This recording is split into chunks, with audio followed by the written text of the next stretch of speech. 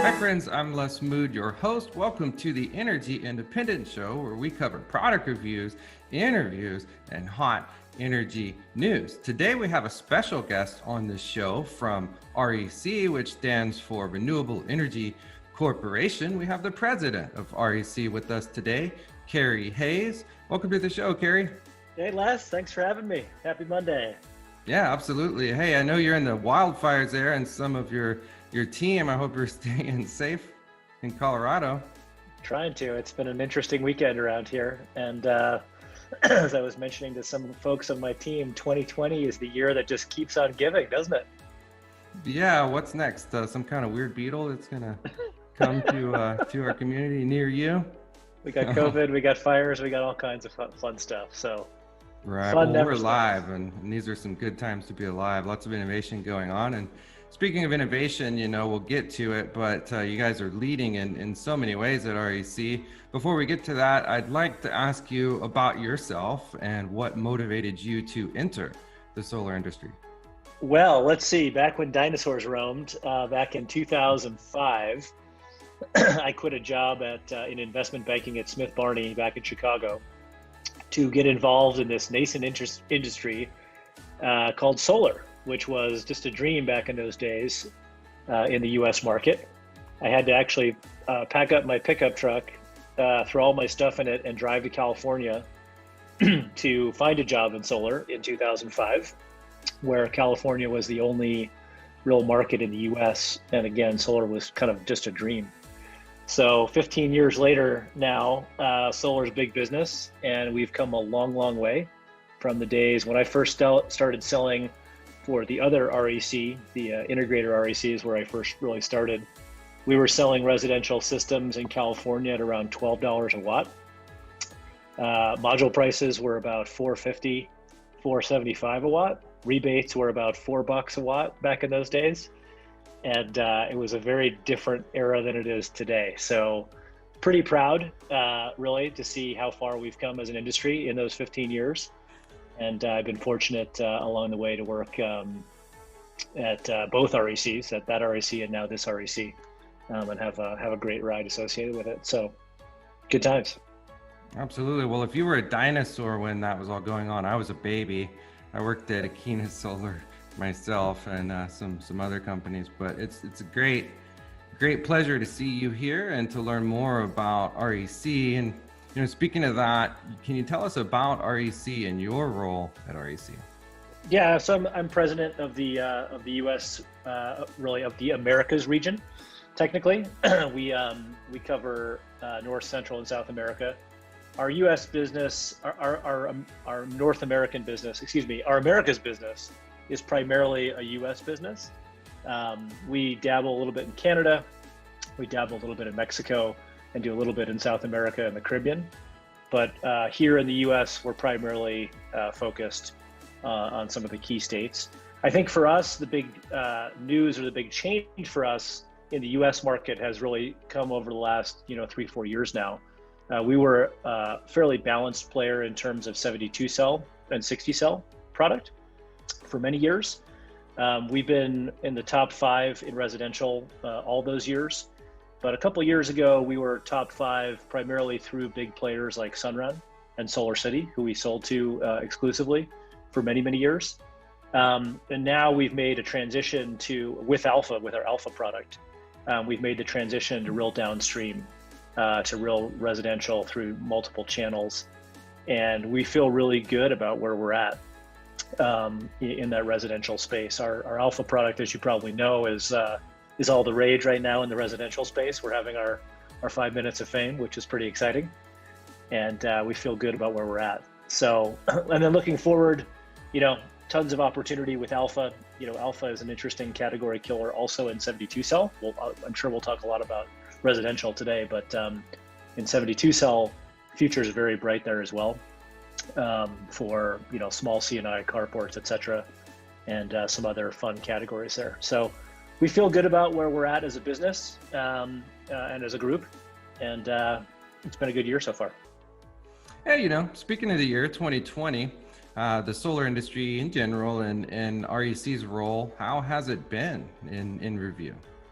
Well, if you asked me in March or April, I might have given you a different answer. But we've actually recovered as strong as you can imagine. It's been a wild year. We started out the year with big plans. We launched Alpha last SPI, last October there in Salt Lake, which was fun. We had some good parties and some good camaraderie there.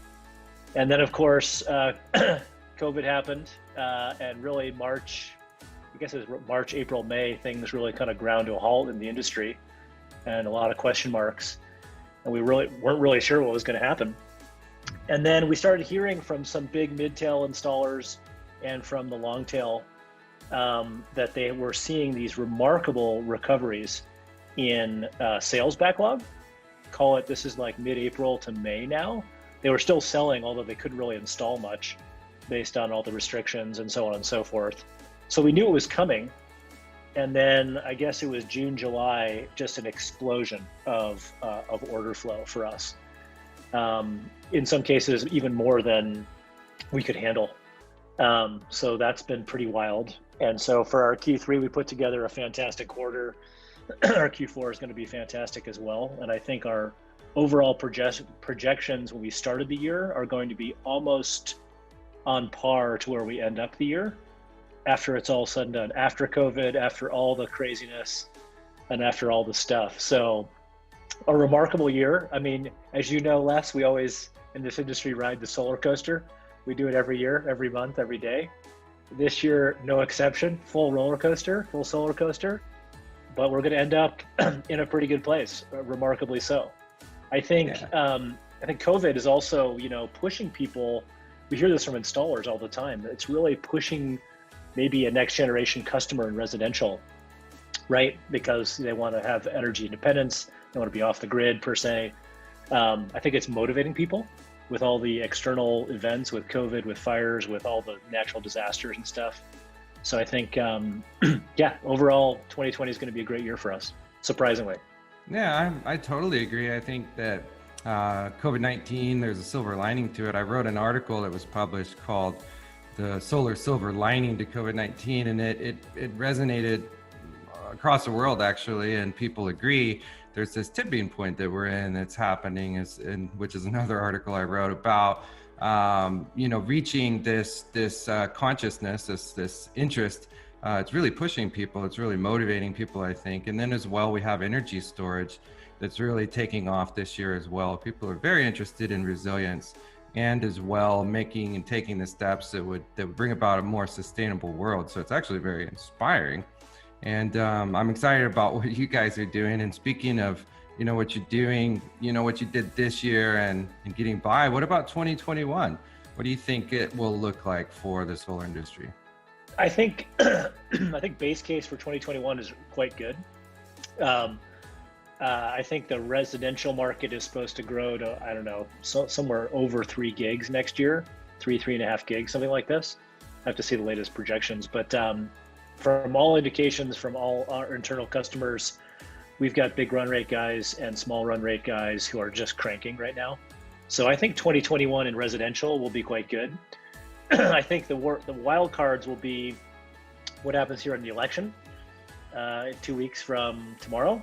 Be happy when that's finally done and past us for a variety of reasons. And then we see, right? I think there are multiple scenarios that you could run in different administrations of how that will play out. So we'll have to wait and see how that plays out. ITC changes, extensions, etc., could change the picture, could slow things down in 2021, could accelerate things with other types of carbon programs, etc. Who knows? So we'll see. But I think base case, without the political externalities, remains very good in residential. Would like to see C&I pick up a little bit. I think C&I has been that segment in the U.S. market that's been pretty flat for a couple of years now and been pretty stagnant. And then, of course, utility is just exploding and has been for multiple years. And I don't see that changing. So I think the U.S. market remains strong and will be strong. And I think the nice part about it from when I started, it's funny, I'm not going to go political, but I'm going to go political for a second. When I started in 2005, 2006, the early adopters in solar were these California Republicans, these farmers, who wanted to get off the grid and wanted energy independence. And then, somehow during the Obama years and over the last multiple years in solar has become such a political topic. But I think hopefully we're spinning back away from that these days, where it's not so much of a political topic, because now it's all walks, all political slants, and everyone's got a reason. The price is there in terms of the cost savings on the financial side. The environmental benefits are there as well. So it should be a non-political issue, and hopefully we can get back to a less polarized place with solar particularly. So there's my political rant. Well, I say on the show, energy brings us together. I played on some words, freedom brings us together. That's a somewhat political term. But I think in our market in Central California, farmers really were the early adopters, and a lot of the engineers and oil and gas folks who make good money and are smart with their money. They've invested a lot into solar energy. So it's kind of a diverse mix as is, but we're seeing more interest in the average everyday folks who are interested in saving money and being more comfortable. So I think we're at this mass adoption stage, or we're entering a mass adoption stage. At least I'm hopeful. And, so in terms of the market, what do you think the overall state of the solar energy market is or looks like? A good question, and there's a lot of ways to take that question. But I think from a big picture, let's take that big picture, and then we'll narrow it down. Right, from a big picture view, we've come a long way in the 15 years that I've been doing this. From the early, small startups running around to consolidation among some big players now. Obviously, you see what's happening with Sunrun and Vivint recently, with SunEdison going away, and et cetera. But I think this market, especially in residential, and probably as you know better than me, Les, is always going to have local presence, right? And I think if you look back over the years, especially in the residential segment, back in 07, 08, 09, I think the popular belief was that, everything's just going to vertically integrate. There's going to be just a couple dominant players, and that's going to be it. And that's going to be the industry. And it really hasn't played out that way at all, right? It's been completely different. It's been big players, yes, but it's been the 4,000, 5,000 long tail installers in all kinds of local markets all around the country who are helping to drive this industry. So I love that personally. I think it's great. I was part of one of the big guys once at Sunrun REC, but I'm proud to see that the long tail is thriving, and all the local jobs and all the DG components in the residential segment is great. So state of the market, I think there is quite strong, and I think that's fun. I think also, again, in the segments, when I look at the segments, residential continues to boom, and residential globally here in the US this is a coveted market for a lot of players. So we're quite proud of our residential market here in the States. And that's really good. I would love to see, as I mentioned earlier, the C&I sector. I spent a lot of time thinking about this sector, and this sector has, for a variety of reasons, not done the kind of growth that everyone wants to see and sort of expected to see. There are a lot of reasons for that, which we don't need to go too deeply into. But I guess at a high level, it's just complicated, right? It's just complicated to do C&I roofs, solar farms, all the regulation, all the off-taker billing, all the stuff, right? As good developers know. I would love to see someone solve that, or a group of people solve that mix, because I think that segment has a ton of upside and a ton of demand that's ready to be unlocked in that segment. So I'm sure there's some really smart people thinking about it as we speak, but that would be great. And then again, on the utility segment, I think gangbusters, going crazy, and will continue to go crazy pending any changes to ITC. So we see, and then I think on the competitive landscape, state of the market side, I think it's an interesting place. I'll use myself as example as module manufacturers and equipment folks, right? and this maybe bleeds into the sort of strategy a bit. But what we see happening in the market is, I call it the nameplate wars, where we have increasing power density. REC is leading in efficiency with Alpha and our 380 watt residential 60 cell module. We see some of our Chinese friends and Chinese competitors coming in with 350, 360, but this is still mono PERC product, and they're just simply making the product bigger. It's a bigger form factor.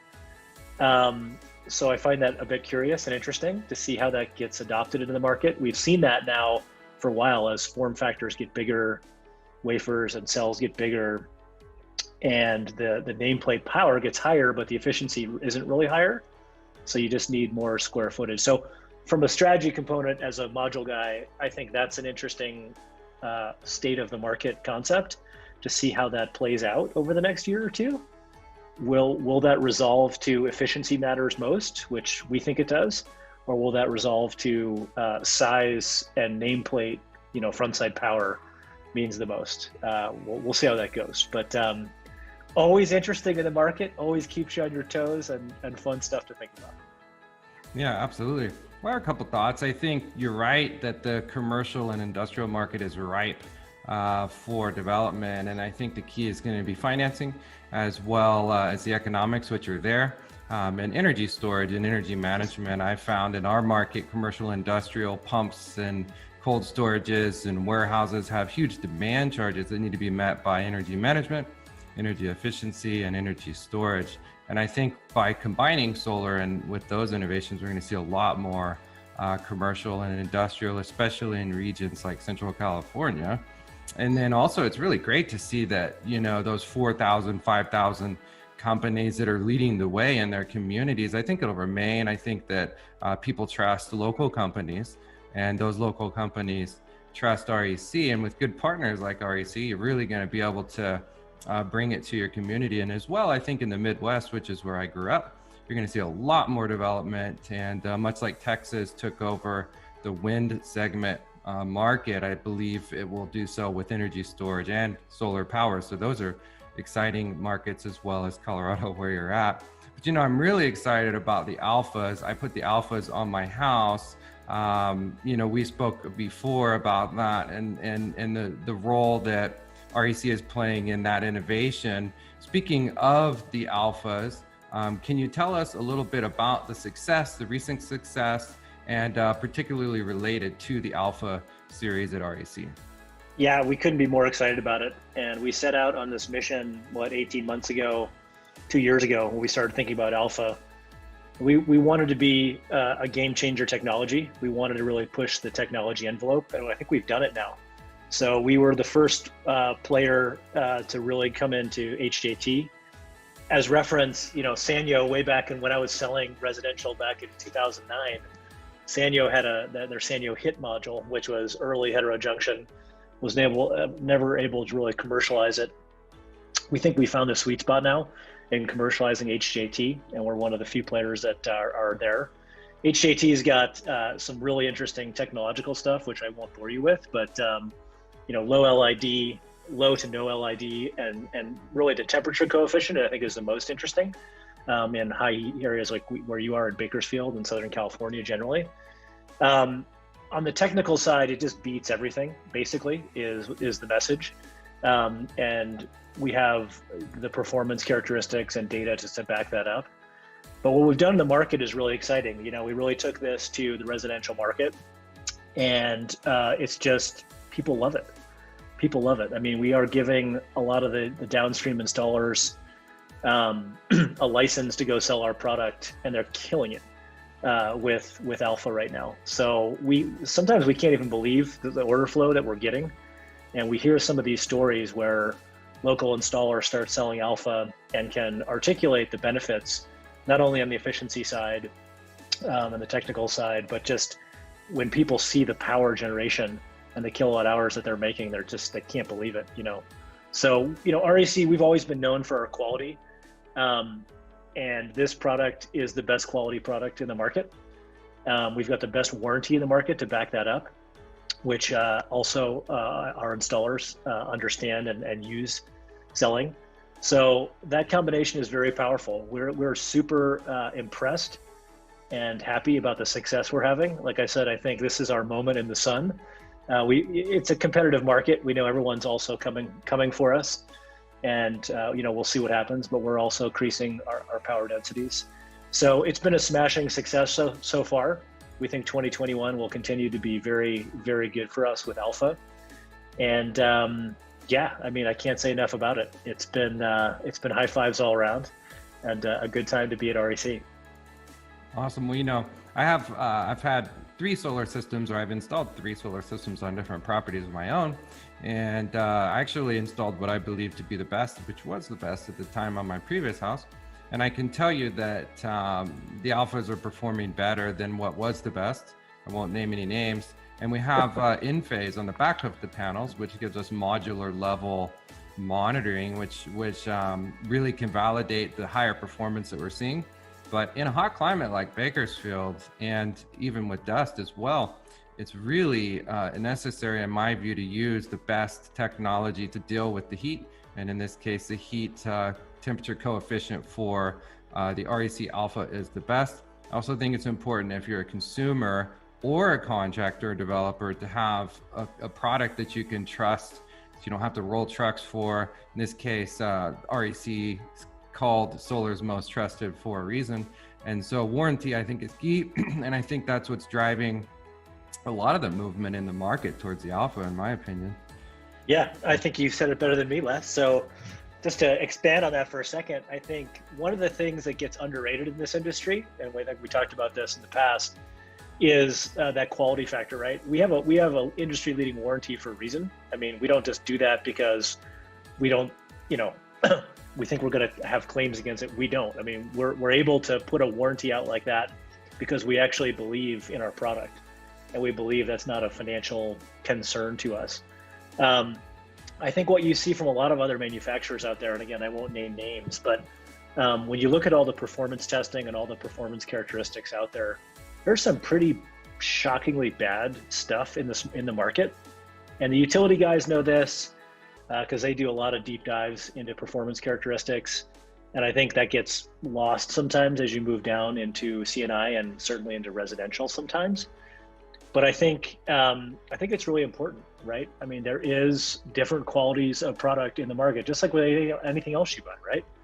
You buy a Tesla, you buy a minivan, whatever you buy, right? But a lot of different things to think about in solar power manufacturing, from inverters to modules to different stuff. And I think what you see with REC consistently over many, many years is that quality. Our claims rate's the lowest in the industry, has always been, will likely continue to be. And I think we're really proud of that. And I think sometimes we get lost, or consumers get lost sometimes in the price discussion, which is natural, right? You want the lowest price. I get it. But I think our quality commands a better price in the market based on the performance characteristics, as well as the high quality and low claims rate. Absolutely. As a finance guy, I'm more focused on the levelized cost of energy and the value proposition. And I think you've got it there. You may appear to be spending more, but you're getting far more, and you have that peace of mind. So I think it's important to pick the right manufacturers, again, as a consumer and a developer. For 2021, I'm kind of curious what you think the impact of COVID-19 will have on the solar market and also REC. Well, for the market generally, as we talked about, I think if you'd asked me that question back in the spring, I would have said, oh, this doesn't look good. And I think from the COVID perspective alone, I think we're going to go into round 2, round 3 here this winter. It's not going to go away anytime soon. So it's going to be something we're going to have to just get used to and live with now. But I think it's now, sort of in retrospect, and as we live through it, I think it's only accelerating what our industry is doing. I think the light is shining more brightly now on energy independence and self-sustainability and taking care of yourself. And I think it's only going to increase what's happening in the solar industry. I think it's going to, especially in residential. I think it's going to certainly increase the market size. And I think it's actually going to be a net positive for us, which again, I would have disagreed with myself on that question many months ago, but I think a net positive as we roll forward. So I think also, companies in the industry have adapted now, right?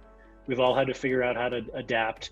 We're all on Zoom meetings now like this. No one's, people aren't traveling. I flew 125,000 miles on United last year, and I've flown maybe 1,000 miles this year before, I think the last time I was on a plane was February. So the industry is totally adapted now in some ways to the non-in-person sales meetings. Residential installers are figuring out how to sell remotely. Full evolution in our industry, which is really exciting to see. We're a smart industry and we know what we're doing. So a lot of innovation there, a lot of neat stuff. I think we have to sort of drag along the municipalities, counties, the permitting side, and all that stuff, which can be, I know, problematic at the residential level. But I think that's been a fun part of the innovation here. So I think that's pretty good. So I think, I think we're set up for success, and I think COVID hasn't really slowed us down, and may only be accelerating us at the end of the day here, which is kind of cool. Hey, that's really cool. I like that perspective. I believe we're approaching this sustainability tipping point in COVID-19. We have to thank for that. And it's certainly exciting. And I do believe that businesses are going to, start entering that adoption phase and catching up to the residential market. And I do think the mass adoption of solar is very close. I can sense it. I can see it, and the interest is there. And certainly we, again, have COVID to thank for that. Speaking of, the industry, what are some of the best practices in the industry? I know REC leads the way in so many ways from my own experience, but can you explain to our audience some of those best practices? I mean, a variety of things to think about there with best practices, but I think from a high level, what do we do as best practices? We talk to our customers, right? I think that's the number one thing that sometimes gets missed. It's back to basics. It's very simple. It's talking to customers on a routine basis. And so for us, as a business, our customers are folks like you, right? Our installers are small guys, big guys around the country. And I think having that open communication is so critical, right? I think we try to make, we do quarterly business reviews with our big customers and do weekly, monthly check-ins with everybody just to see how things are going, see where we can add value, see how we can help train you, how can we do various things to help your business grow. I think the communication piece is ultra critical there. I'm shocked, honestly, in this industry sometimes from other equipment folks that I've had multiple installers. This happened actually last week. We had talked to an installer who was telling us, oh yeah, the last module company we worked with, I think the last time we talked to them was like 9 months ago or something, 10 months ago. I find that just shocking in today's world. So, I mean, keep it simple, back to basics. Let's talk to our customers and understand their needs, understand what they need, and then craft our pitch or our offering to what you need, right? We have a very robust registered certified solar professional program at REC, which has a whole suite of services offerings from MDF dollars to all kinds of the best swag in the industry. Melissa will love this. We have the best stuff, the best hats, the best t-shirts, the best polo shirts. It's kind of an internal joke by now, but we spend a lot of money on this stuff, and it works. It really does. So we want to have the best outward-facing customer experience that we can, and we spend a lot of time and money thinking about that. We want to keep it fun and keep it light along the way, but also ensure success for our customers. So if there's one thing I could say on business practices, that would be it. It's pretty simple, but it's talk to our customers and give them what they want. Absolutely. Well, I really appreciated when COVID started. We had already decided to make the switch and to commit to REC as a panel manufacturer, and the amount of training and communication. I can call up Philip Trapp. Philip came on the show. Gabe came on the show. I even had a famous skateboarder on the show. His name is George. And now we have you. And I could say that you're not just on the show communicating with our audience, but you're also behind the scenes doing a lot to educate and to support and to inform installers across the nation that you work with. So it's really inspiring to see. And I think it's important for big developers as well as new developers entering the market to realize the value that can be brought by those best practices. So I certainly appreciate it. And you can tell Steve and Melissa they're doing a good job, as well as the rest of the team for me. I'll throw one more little tidbit at that. I think about our team and how we communicate to people. Our team is pretty insane right now. I like to say it's the best team in solar. I'm selfish like that, of course, and I'm probably a little bit biased, but I feel like we've really created the best team around. With that, I mean, some of the expertise in-house, we have a former #1 sales guy at Sunrun. We have, just a long list of characters, pro skateboarders, as you just mentioned, etc. We have a depth of knowledge and experience on our team right now that is really second to none. I myself, personally, I sold 200 plus residential systems from 2005 to 2007 or so. So I like to think of myself, not to make it personal, but to make it personal. I've actually sold residential myself a lot back in the day. It's a long time ago, but I've done it. And I think everyone on our team at various roles has done it as well. So we have a really interesting mix of experience on our team that really helps when we communicate downstream to our customers and channel partners. We can awfully help you do your jobs because we've done it and we've actually understand it really well. So I think that's a huge value add for us. Absolutely, yeah. Phil and Gabe particularly they came to Bakersfield when we were going through the certification process and to do some footage. And I would say that I was highly impressed and very thankful that it wasn't somebody that had just gotten out of college and really didn't know anything other than the theoretical textbook information, but the actual ground level experience. It's key to relating to not just your developers that you are working with directly, but also it passes through to the customer. And I can say that, it's super valuable, and your team is excellent, top notch, and I'm proud to work with you guys. So I thank you for having that team ethos, which is really, it starts from the top. And I think Steve is doing a good job. Everyone's doing a good job over there. So it's very exciting to see and to be a part of. Speaking of the future, can you tell us what you think, what your views are on the future of energy? The future of energy. Well, that's a big topic, but let's take it to solar. So I think solar is going to continue to grow, right? I think the latest trend from a high level is now storage. So we're trying to solve the intermittency problem of renewables, right? Wind doesn't have this problem, although wind only blows at night typically. So solar with storage solves the intermittency problem, and then it gets real interesting, right? So what you've seen over the last, call it 10 years, 15 years, back, we were starting to talk about peak oil, 10, 15 years ago. And now you got Jim Cramer, my friend on CNBC, who's saying, don't ever invest in any more oil stocks or natural gas stocks because they're on the way out. I'm probably less bearish than he is, but I think we've made a clear shift now,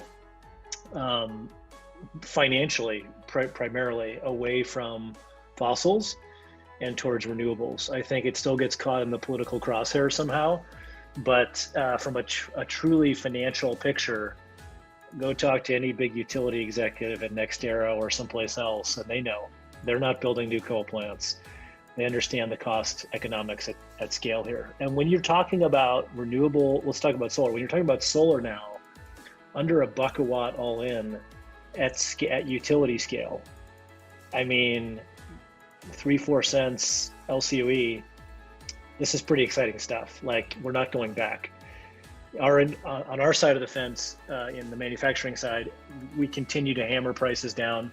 The long-term trend, again, we've gone from $450 when I first started in this for module prices to anywhere between, call it 35 and 50 cents, 60 cents, somewhere in that zone, depending on where you're at.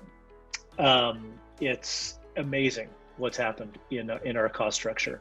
And so when you see that type of cost reality, very powerful stuff. So solar's here to stay, renewables are here to stay, will continue to grow. And I think the innovation curve where it's going to get interesting is with storage, right? I think that's the place, as we've talked about, how the hockey stick, the reverse hockey stick of price, just like has happened with inverters, with modules, and is now probably right about here with batteries, is going to do this. And once we get those down to lower cost than we are now, things get really exciting, right? Then you can have solar plus storage in your home, and then you go back to the landline telephone argument, right? Like you always had a landline until you had a cell phone that was convenient and cheap, and then you just stopped using your landline. I mean, the same with home power, right? You have a battery and solar on your roof, and all of a sudden you just don't really need to use utility power anymore. I'm sure utilities are definitely afraid of that, but that's coming, right? That's coming. And so that transformation in our industry is super exciting and super liberating, I think, for people. And it'll be interesting to see how the cards shake out, right? I think the big utility guys and the more progressive ones are getting smart to this, and we'll have to adapt and figure out their new business models. And at the same time, if you look at just another fun fact on this topic, when you look at total consumption of electricity, I know this from my old friend who works in utilities, total electricity consumption in this country peaked in 2000. It's a fun fact that most people don't know. It was 1999, 2000, right during the peak of the NASDAQ 20 years ago. The total electricity consumption in this country peaked and has actually been declining ever since. So a combination of efficiency, which is a big driver in that, and different economic cycles through then have led to overall consumption declining. I don't know if it continues like that or stabilizes some here, but that's also interesting, right? So we actually need a little bit less power than we did to power all the new stuff we have, all the devices, all the iPhones, all the stuff. So conservation or efficiency, however you want to say it, coupled with renewables are both powerful factors in energy. And I think in our space, specifically back to solar, I think we're set up really well for the long term. Yeah, I really appreciate your outlook and insights. I've never heard of peak electricity before. I've heard of peak oil, but not peak electricity. Yeah, look it up. It's on the EIA website. I have to look it up again, but I think January of 2000 was when was peak electricity. It has been declining since. I haven't looked in the last year or so. Maybe it's spiked up again with COVID and everyone staying home, but I suspect not, with all the commercial buildings being empty now, et cetera, et cetera. So yeah, peak electricity already happened. Yeah, that's awesome. And George brought up a good point too. I think you're right about the energy storage and efficiency and management being the next phase of solar, and it'll contribute to the mass adoption, but incremental improvements in the solar panel itself have reached kind of a climax. I think the alpha is much like the pinnacle of performance, and I think it's really hard to get much better than that. So I think the innovation we need to focus on as developers and manufacturers and as a society is on the innovation of storage and management. Would you think that that's accurate of George's conclusion there? I mean, yes and no. I think on the solar side, I think Alpha, leads the way on the technology side. We're pushing 22% efficient. Pretty exciting stuff there. I think, people are starting to talk about perovskite as the next technology within solar module manufacturing. We'll see. We've got some plans there. I don't know that much about it personally, but I know it gets talked about a lot. So we see if that changes the game. But I think if you look back over time, module efficiencies have steadily increased, but not game changing. We think we've made a game changing leap, not only on the efficiency side, but with no LID, great temperature coefficients with HJT, which is truly a different technology. And that's how you see our competitors arriving at the same nameplate with just a bigger form factor.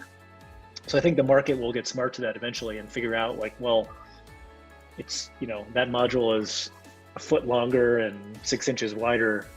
Like, you're not getting any more efficiency. So I think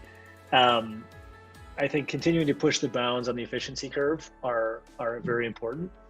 And I will agree with you that on the battery side, still a bit clunky out there in terms of incorporating the right software and the right integration of a home energy management system. And again, this takes time. We've been working on this for a while, and it will continue to be clunky for a while, but we'll get there. And I think that will be then, we'll wake up in 5 or 10 years from now with that solved, and that'll be a really exciting place to be. Yeah, absolutely. Well, I really appreciate your time coming on. It's a busy week coming up at SPI, and you guys are going to be doing on virtual, right? Before I let you go, can you tell me in these challenging times, maybe your favorite quote, something uplifting? I looked this up for you, Les. Let me find it here. So we talked about this, but I had this quote on my email signature for about 6 or 7 years in solar when I was at the old REC.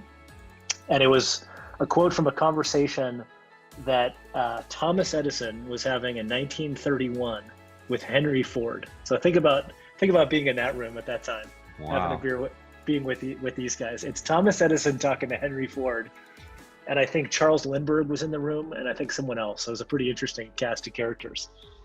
And Edison said, "I'd put my money on the sun and solar energy. What a source of power. I hope we don't have to wait till oil and coal run out before we tackle that. I wish I had more years left." So I love that quote. I mean, Edison saw it a long time ago, and we've seen it in our generation now, right? That's why I quit Smith Barney 20 years ago and got into the solar industry, because I knew it was going to grow, and I knew it was going to be something I could believe in personally, as well as going to be an incredible growth sector. And it's playing out that way. It's a fun industry, a lot of great people, yourself included. We're having some fun and changing the world at the same time. So good stuff. Yeah, great stuff. So, I really appreciate your time, and look forward to, seeing more development from REC. I hope, 2021 is a huge year and that you finish off very strong. I have confidence that you will. And this week at SPI, what are you guys doing there? Yeah, we have a virtual booth. We did this for Intersolar Munich last summer, a couple weeks ago, or a couple months ago, I guess. Again, we're adopting to the COVID world with a virtual booth. So you can go to our virtual booth at SPI and basically walk around virtually and see the different displays and do some fun things. It's super interactive and cool. So go check it out. And I think we have a couple other podcasts and some interviews and stuff going along this week. But it should be fun. We look forward to next year at New Orleans, which is a crazy town to have SPI, in September, October of 2021. Hopefully by then COVID will be ending and we'll be all resuming our normal SPI life, including fun parties and all kinds of camaraderie. We look forward to that as well. But in the meantime, go check out our virtual booth at SPI for this year. Awesome. Yeah, I'll be there. So thanks again, Kerry, for your time. And if you're watching, thank you for joining us. Feel free to like, comment, share, and follow. And we will see you all soon.